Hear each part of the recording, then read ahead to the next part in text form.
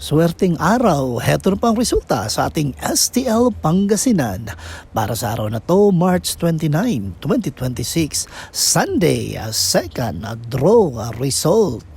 Maghanda na kayo at heto na, ibibigay ko na ang resulta ngayong araw.